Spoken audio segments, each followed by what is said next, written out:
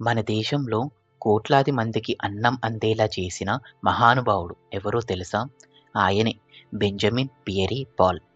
1906 మే 26న జన్మించిన ఈ గొప్ప శాస్త్రవేత్తను భారత గోధుమల విప్లవ పితామహుడు అని పిలుస్తారు.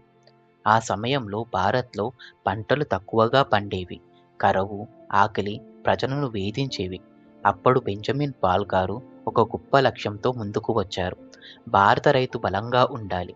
దేశం ఆకలితో బాధపడకూడదు అని. అతను గోధుమలపై ఎన్నో పరిశోధనలు చేసి రోగాలను తట్టుకునే కొత్త విత్తనాలను అభివృద్ధి చేశారు.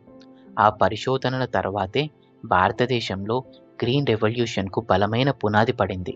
అంతేకాదు ఆయన భారతీయ వ్యవసాయ పరిశోధన మండలి (ఐసీఏఆర్)కి తొలి డైరెక్టర్ జనరల్.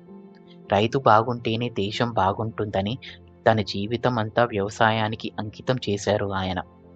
మనకు ఈరోజు తిండి కొరత లేకుండా ఉండటానికి ఇలాంటి మహానుభావుల కష్టం కూడా కారణమే. కానీ ఇలాంటి గొప్ప వ్యక్తుల గురించి చాలా మందికి తెలియదు. బెంజమిన్ పియరీ పాల్ లాంటి మహానుభావులను గుర్తుపెట్టుకోవడం మన బాధ్యత.